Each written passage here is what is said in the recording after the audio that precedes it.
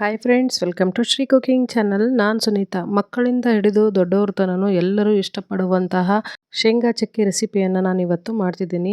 ಕೇವಲ ಮನೆಯಲ್ಲಿರುವಂಥ ಸಾಮಗ್ರಿಗಳನ್ನು ಬಳಸಿ 2ರಿಂದ 3 ಇಂಗ್ರೀಡಿಯೆಂಟ್ಸನ್ನು ನೀವು ಬಳಸಿ ಈ ಶೇಂಗಾ ಚಕ್ಕಿಯನ್ನು ಈಸಿಯಾಗಿ ಮಾಡ್ಕೋಬೋದು. ಅದನ್ನು ಹೇಗೆ ಮಾಡೋದು ಅಂತ ನಾನಿಲ್ಲಿ ಇವಾಗ ಹೇಳ್ತೀನಿ. ಇವಾಗ ಗ್ಯಾಸ್ ಮೇಲೆ ಒಂದು ಫ್ರೈಯಿಂಗ್ ಪ್ಯಾನನ್ನು ಇಟ್ಟು ನಾನು ಈ ಕಪ್ಪಲ್ಲಿ 1 ಕಪ್ನಷ್ಟು ಶೇಂಗಾ ಕಾಳನ್ನು ಇದಕ್ಕೆ ಹಾಕ್ತಿದ್ದೀನಿ. ಗ್ಯಾಸನ್ನು ಮೀಡಿಯಮ್ ಫ್ಲೇಮಲ್ಲಿಟ್ಟು 5ರಿಂದ 10 ನಿಮಿಷಗಳ ಕಾಲ ನಿಧಾನ ಉರಿಯಲ್ಲಿ ಇದನ್ನು ಹುರಿಬೇಕು. ಶೇಂಗಾ ಮತ್ತು ಬೆಲ್ಲ ಆರೋಗ್ಯಕ್ಕೆ ತುಂಬಾ ಒಳ್ಳೆಯದು. ಈ ಥರನಾಗಿ ನೀವು ಮಕ್ಕಳಿಗೆ ಮಾಡಿಕೊಟ್ರೆ ತುಂಬಾ ಇಷ್ಟಪಟ್ಟು ತಿಂತಾರೆ. ತುಂಬಾ ಈಸಿಯಾಗಿ ಕೂಡ ನೀವು ಮಾಡ್ಕೋಬೋದು. ನೋಡಿ, ಈ ಲೆವೆಲ್ಗೆ ಹುರಿಬೇಕು. ಜಾಸ್ತಿ ಹುರಿದ್ರೆ ಕಪ್ಪಾಗುತ್ತೆ. ಹಾಗಾಗಿ ನಾವು ಇವಾಗ ಗ್ಯಾಸನ್ನು ಆಫ್ ಮಾಡಿ ತಣ್ಣಗಾಗಲಿಕ್ಕೆ ಬಿಡಬೇಕು. ಆವಾಗ ಗ್ಯಾಸ್ ಮೇಲೆ ಒಂದು ಪಾತ್ರೆಯನ್ನಿಟ್ಟು ನಾನು ಅದೇ ಕಪ್ಪಲ್ಲಿ 3/4 ಕಪ್ನಷ್ಟು ಬೆಲ್ಲವನ್ನು ತೆಗೆದುಕೊಂಡಿದ್ದೀನಿ. ಜಾಸ್ತಿ ಬೆಲ್ಲವನ್ನು ಇಷ್ಟಪಡೋರು 1 ಕಪ್ಪನ್ನು ಹಾಕಿದರೆ ಸಾಕು. ಇವಾಗ ಅದೇ ಕಪ್ಪಲ್ಲಿ 1/4 ಕಪ್ನಷ್ಟು ನೀರನ್ನು ಹಾಕಿ ಗ್ಯಾಸನ್ನು ಮೀಡಿಯಮ್ ಫ್ಲೇಮಲ್ಲಿಟ್ಟು ಬೆಲ್ಲವನ್ನು ಚೆನ್ನಾಗಿ ಕರಗಿಸ್ಕೋಬೇಕು. ಯಾರೆಲ್ಲ ಹೊಸಬ್ರು ನಮ್ಮ ಚಾನಲನ್ನು ನೋಡ್ತಿದ್ರಾ, ದಯವಿಟ್ಟು ನಮ್ಮ ಚಾನಲನ್ನು ಸಬ್ಸ್ಕ್ರೈಬ್ ಮಾಡಿ. ಹಾಗೆ ಈ ವಿಡಿಯೋ ಇಷ್ಟ ಆದರೆ ಈ ವಿಡಿಯೋಗೊಂದು ಲೈಕ್ ಕೊಟ್ಟು ನಿಮ್ಮ ಫ್ರೆಂಡ್ಸ್ ಆ್ಯಂಡ್ ಫ್ಯಾಮ್ಲಿಗೆ ಈ ವಿಡಿಯೋವನ್ನು ಶೇರ್ ಮಾಡಿ. ನೀವು ಒಂದ್ಸಲ ಇದೇ ರೀತಿಯಾಗಿ ಬೆಲ್ಲದ ಶೇಂಗಾ ಚಕ್ಕಿಯನ್ನು ನೀವು ಮನೆಯಲ್ಲಿ ಮಾಡಿಕೊಂಡು ತಿನ್ನಿ. ನೋಡಿ, ಇವಾಗ ಎಷ್ಟು ಚೆನ್ನಾಗಿ ಕರಗಿದೆ ಬೆಲ್ಲ. ಇವಾಗ ಪಾಕ ಬಂದಿದೆ ಇಲ್ಲ ಅಂತ ನೋಡೋಣ. 1 ಎಳೆ ಪಾಕ ಬರಬೇಕು. ನಾನು ಒಂದು ಬಟ್ಲಲ್ಲಿ ನೀರನ್ನು ಹಾಕಿ ಇವಾಗ ಚೆಕ್ ಮಾಡ್ತಿದ್ದೀನಿ. ಇನ್ನೂ ಅಷ್ಟು ಸರಿಯಾಗಿ ಬಂದಿಲ್ಲ. ಇನ್ನೊಂದು ಕೇವಲ 2ರಿಂದ 3 ನಿಮಿಷಗಳ ಕಾಲ ಬೆಲ್ಲ ಚೆನ್ನಾಗಿ ಕುದಿ ಬರಬೇಕು. ಚೆನ್ನಾಗಿ ಕುದಿ ಬಂದ ಮೇಲೆ 1 ಎಳೆ ಪಾಕ ಬರುತ್ತೆ. ದೊಡ್ಡ ದೊಡ್ಡ ಗುಳ್ಳಿ ಇರುತ್ತಲ್ಲ, ಅದೆಲ್ಲ ಹೋಗಿ ಈ ಥರ ನೊರೆಯಾಗಿ ಗಟ್ಟಿಯಾಗಿ ಬೀಳಬೇಕು ಪಾಕ. ನೋಡಿ, ಇವಾಗ ಮತ್ತೆ ನಾವು ಚೆಕ್ ಮಾಡೋಣ. ಆ ಬೆಲ್ಲವನ್ನು ಹಾಕಿದರೆ ಆಚೆ ಈಚೆ ಹೋಗಬಾರ್ದು, ಒಂದೇ ಸೈಡು ಹಾಗೆ ಕೂಡಬೇಕದು.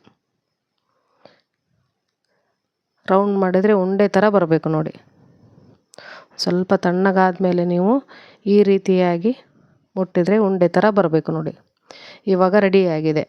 ನಾವು ಶೇಂಗಾವನ್ನು ಸಿಪ್ಪೆ ಎಲ್ಲ ಬಿಡಿಸಿ ಕ್ಲೀನ್ ಮಾಡಿ ಇವಾಗ ಇದಕ್ಕೆ ಸೇರಿಸ್ಬೇಕು. ಬೆಲ್ಲದ ಪಾಕಿಗೆ ಶೇಂಗಾ ಕಾಳನ್ನು ಹಾಕಬೇಕು.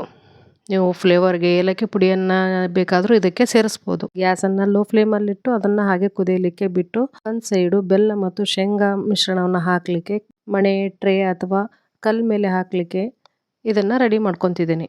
ನೋಡಿ, ಈ ಥರ ಕನ್ಸಿಸ್ಟೆನ್ಸಿ ಬರಬೇಕು. ಇವಾಗ ಗ್ಯಾಸನ್ನು ಆಫ್ ಮಾಡಿ ಈ ಶೇಂಗಾ ಮತ್ತು ಬೆಲ್ಲದ ಮಿಶ್ರಣವನ್ನು ಇವಾಗ ಹಾಕ್ತಿದ್ದೀನಿ. ನೋಡಿ, ನೀವು ಲೆತ್ತೆ ಹಿಡಿಲಿ ಬೇಕಾದರೂ ನೀವು ಉದ್ಕೋಬೋದು. ಜಸ್ಟ್ ಈ ಥರ ಪ್ರೆಸ್ ಮಾಡಿದರೆ ಸಾಕು.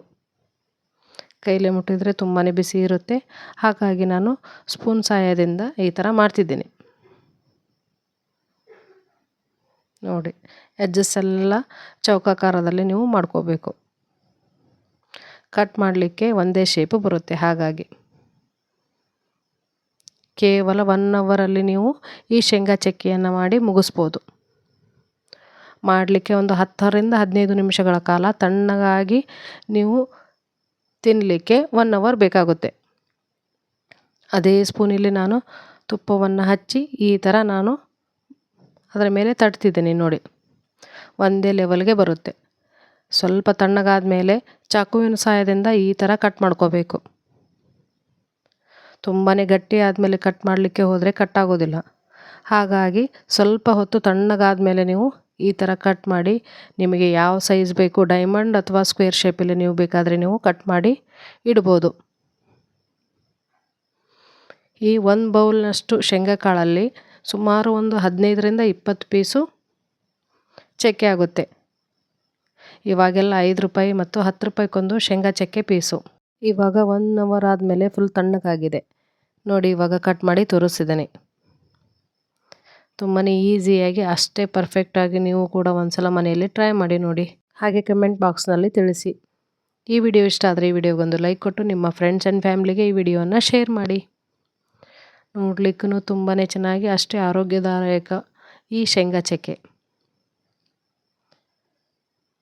ಇವತ್ತೇ ಈ ರೆಸಿಪಿಯನ್ನು ಟ್ರೈ ಮಾಡಿ. ಮತ್ತೆ ಹೊಸ ರೆಸಿಪಿಯೊಂದಿಗೆ ನಾನು ನಿಮ್ಮನ್ನು ಭೇಟಿ ಆಗ್ತೀನಿ. Watching for my videos. Thank you.